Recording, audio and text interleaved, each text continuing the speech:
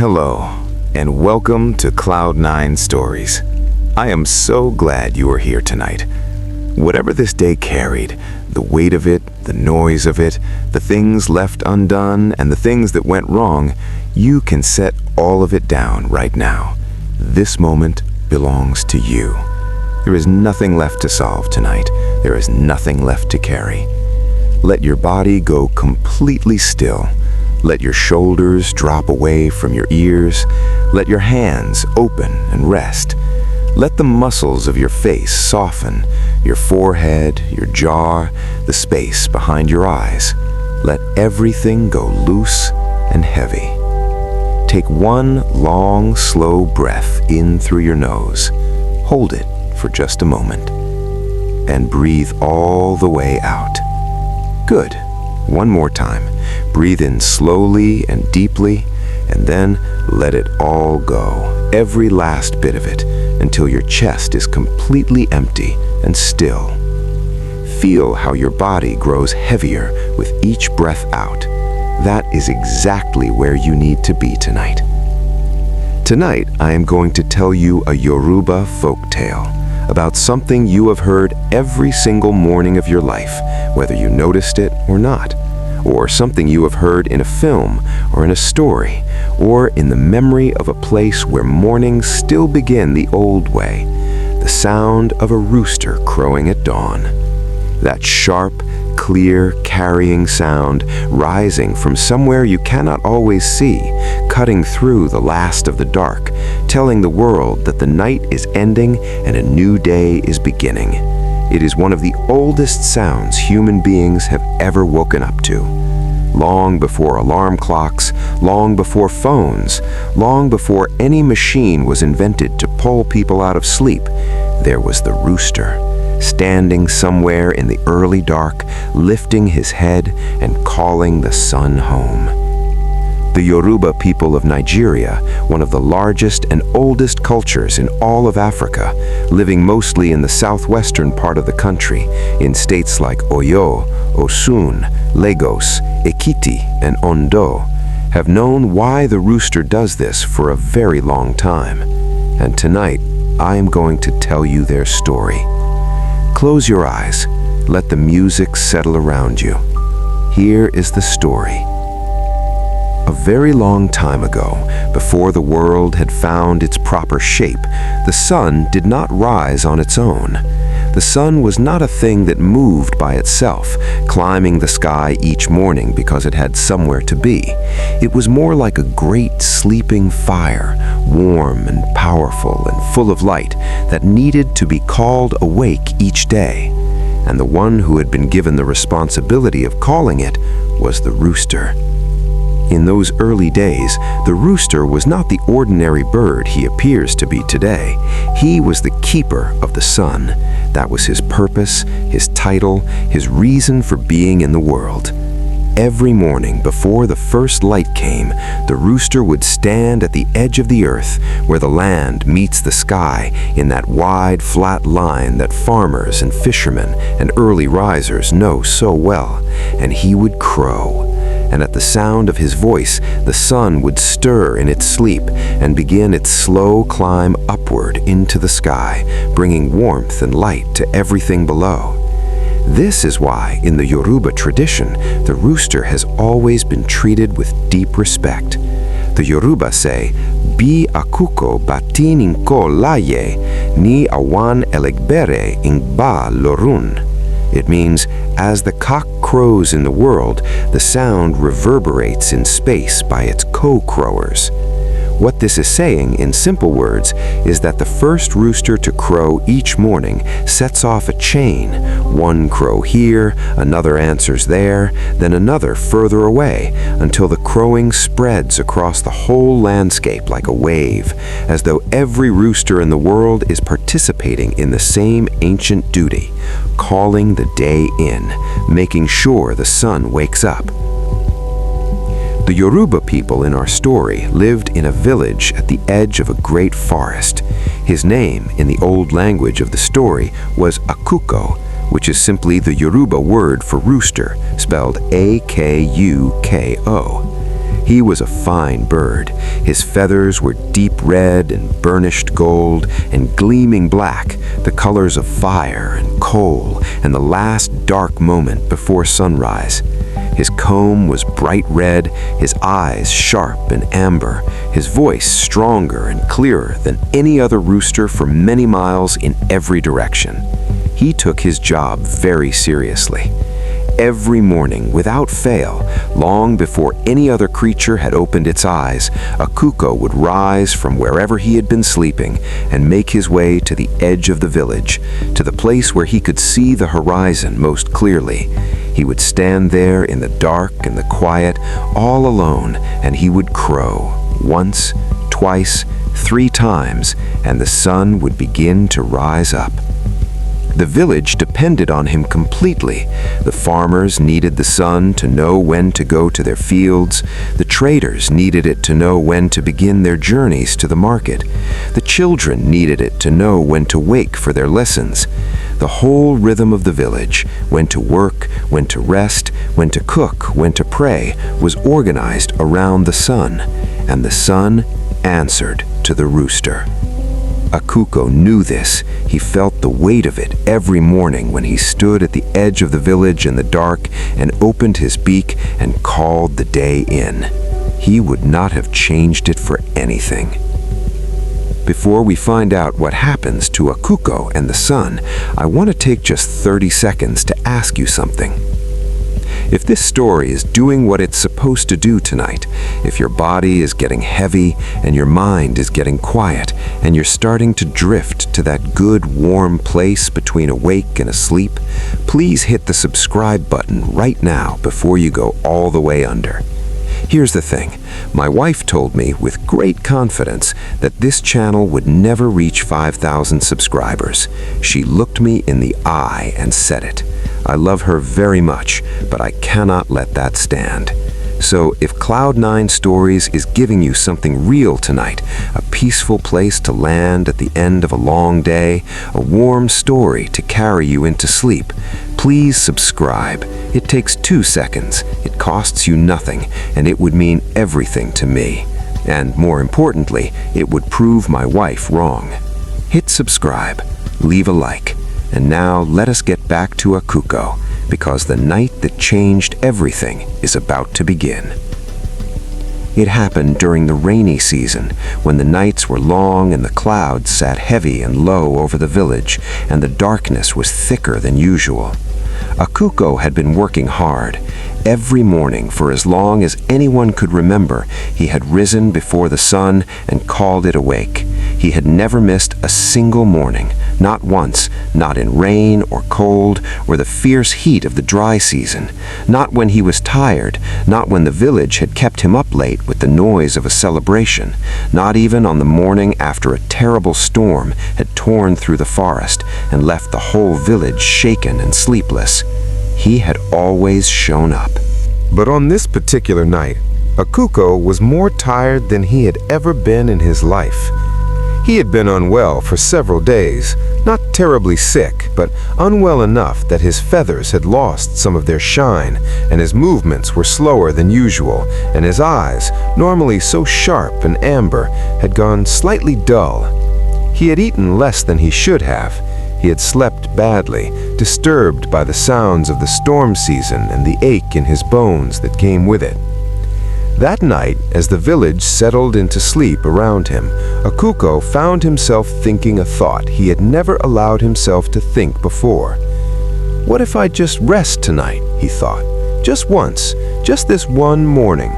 The sun has been rising for so long, surely it can rise by itself for one morning without me. He lay down in the warm, dry place he had found beneath the eaves of the elder's house. He closed his amber eyes. The darkness of the village wrapped around him, the good, thick darkness of late night, the darkness that is the body's oldest invitation to sleep. And a cuckoo, for the first time in his long life, allowed himself to drift. The night moved on. The stars turned slowly above the village. The time came when Akuko should have risen, when the dark was at its deepest, just before the first suggestion of gray at the horizon, and he did not rise. He slept. His chest rose and fell. His bright feathers were still in the dark. And the sun, which had been waiting every morning at the edge of the sky for the sound of his voice, waited and did not come. The farmers, who always rose at dawn, opened their eyes to darkness. They lay in their beds wondering if they had woken too early, turned over and went back to sleep. The traders, who had planned to leave for the market before first light, sat in their doorways watching the sky and feeling a growing unease they could not name. The children, whose bodies had been trained since birth to rise with the sun, slept on and on past the hour they should have been awake. The whole village was asleep when it should have been stirring, and the sky stayed dark. It was the oldest woman in the village who woke first. Her name was Iya Agba, which in the Yoruba language means grandmother, spelled Iyagba, and it is a title of deep respect for an elder woman who has lived long enough to understand the things that younger people are still learning. She was very old enough that no one in the village knew exactly how old she was, and old enough that she had stopped trying to explain it to people who asked. Iya Agba did not sleep the way young people sleep. She slept lightly, in short intervals, the way very old people do, their bodies having learned over many years that sleep is something to be savored in small portions rather than consumed all at once. She woke in the night the way she always did and looked at the sky through the small window above her sleeping mat. The sky was wrong. Not stormy, not cloudy, not any of the normal kinds of wrong that a sky can be. Just dark, deeply, completely, past its time dark. The particular darkness of a sky that should have already begun to lighten and has not. Iya Agba sat up on her mat. She listened. The village was completely quiet. No crowing, no sound of Akuko's voice from the direction of the elder's house where she knew he liked to sleep. Nothing but the still dark and the sound of the whole village breathing in its sleep when it should have been waking. She got to her feet, she wrapped her cloth around herself, and she walked, slowly and steadily, in the way of people who have learned that most things do not require hurrying, across the village to the elder's house.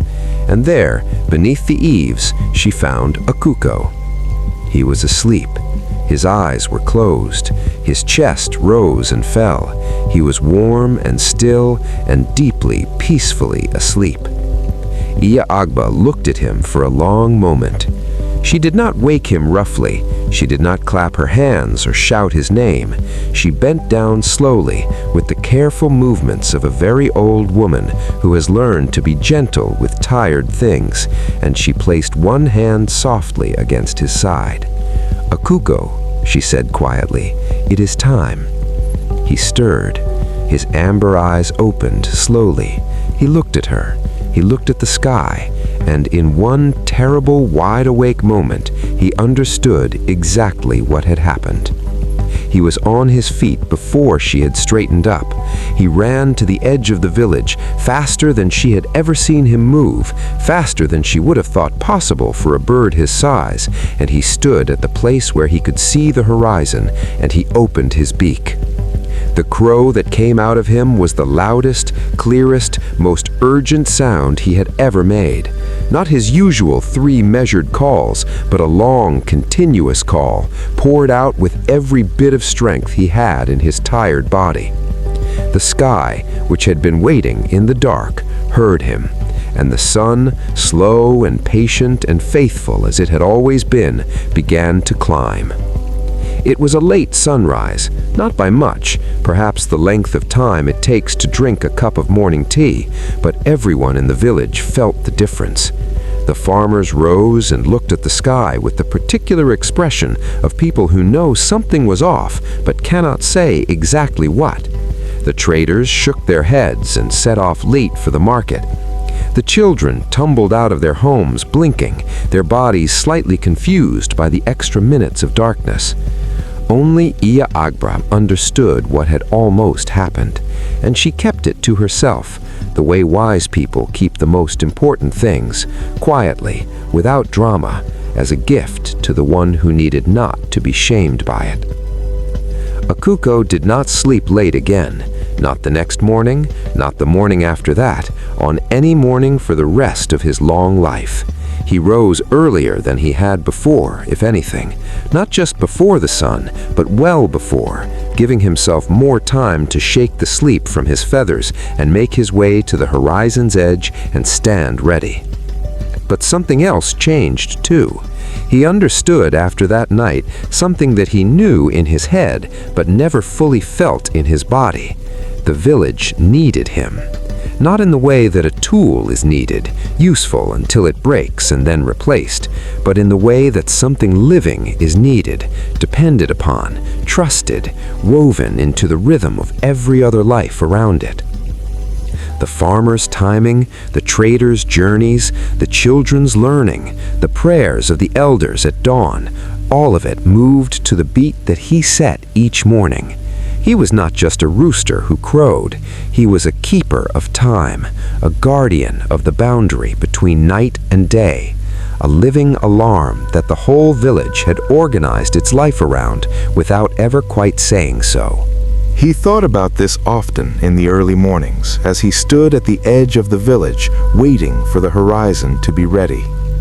He thought about Iya Agba's hand on his side, the gentleness of it, the way she had said his name, not with anger, not with urgency, but with the simple, quiet expectation of someone who had always believed he would do what he was meant to do. That belief, he realized, was its own kind of wheat, not a heavy weight, the good kind, the kind that holds you upright when you are tired. The Yoruba say, "Ibi ti akuko banko, ibe ni abule tingbe." It means, where the rooster crows, there is a village. It is one of those sayings that means exactly what it says, and also something much larger than what it says. On the surface, it means simply that roosters live where people live. Their crowing tells a traveler that a community is nearby, that people are present, that someone has made a home. But underneath that, it means something else. It means that the crowing and the village are inseparable, that the presence of one confirms the presence of the other, that the rooster and the community he serves are connected in a way that goes deeper than either of them fully understands while they are living it. Akuko understood this now. Every morning when he crowed, he was not just waking the sun. He was saying, "I am here. The village is here. We are still here. We made it through the night, and we are ready for the day." It was a small thing, looked at one way. It was everything, looked at another. Akuko lived a long time, long enough to see the children of the village grow up and have children of their own, long enough to see the elder's house repaired and repainted twice, long enough to watch Iya Agba grow older still and eventually leave the world the way very old people leave it, quietly, in the night, the way a candle goes out when there is no more wax left, but the warmth of it lingers for a long time after. Before he died, Akuko passed his duty on. The Yoruba believed that purpose, like memory and like story, is something that can be passed from one generation to the next. Not taught exactly, not in the way that a skill is taught, with instructions and practice and correction, but passed, the way a song passes from a grandmother's mouth to a grandchild's ear and settles there and stays, so that years later the grandchild finds themselves humming it without knowing why. Akuko's purpose passed to his sons and to their sons and to their sons after that, down through all the generations of roosters that have lived in all the villages and farms and yards across West Africa and across the whole world. Every rooster alive today carries that ancient duty in his body, the way birds carry their instinct for migration, not as a thought, not as a decision, but as something deeper than both, as something written into the very first moment of their waking, every single morning of their lives. This is why when you hear a rooster crow at dawn, wherever you are in the world, whether you are in a farmyard or a village or a city where a single rooster has somehow found a patch of earth to call his own, you are hearing the same call that Akuko first gave in that village at the edge of the great forest, on all the mornings he stood at the horizon's edge and did the work that needed doing. You are hearing a creature say, "I am here. The world is here. We made it through the night. The sun is coming. The day is beginning. You can open your eyes now." Though tonight, of course, you should not open your eyes just yet. Tonight, you should let them stay closed. Tonight, the rooster's call is still a long way off, and the dark is good and deep and full of rest, and there is nothing you need to do except breathe slowly and let the night hold you. The village is quiet. The sun is sleeping. Akuko is at his post, and everything is exactly as it should be. And that is the story of why the cock crows at dawn. A Yoruba folktale from Nigeria, carried from one morning to the next for hundreds of years, told by people who understood that even the smallest duty, the daily, unremarkable, taken-for-granted act of showing up, is one of the most important things in the world. Let the story go now. Let it drift upward the way smoke drifts from a dying fire, slowly, softly, thinning into the dark until it becomes part of the air. Let your breathing slow all the way down. Let your body be heavy and warm. The night is deep and still and safe. The rooster is at the horizon's edge. The sun is not yet ready, and you have a long, good while yet before the morning comes. Sleep now. Sweet dreams. Thank you so much for spending this time with Cloud-9 Stories tonight. If this story helped you relax and drift toward sleep, please leave a like on this video before you go. It is a small thing that makes a very big difference. It helps more people find us when they need a quiet and peaceful place to land at the end of their day. And if you have not subscribed yet, please do it right now. We post new sleep stories every Monday, Wednesday, and Saturday, and there will always be something warm and slow and gentle waiting here for you. Good night. Sleep well. We will see you next time.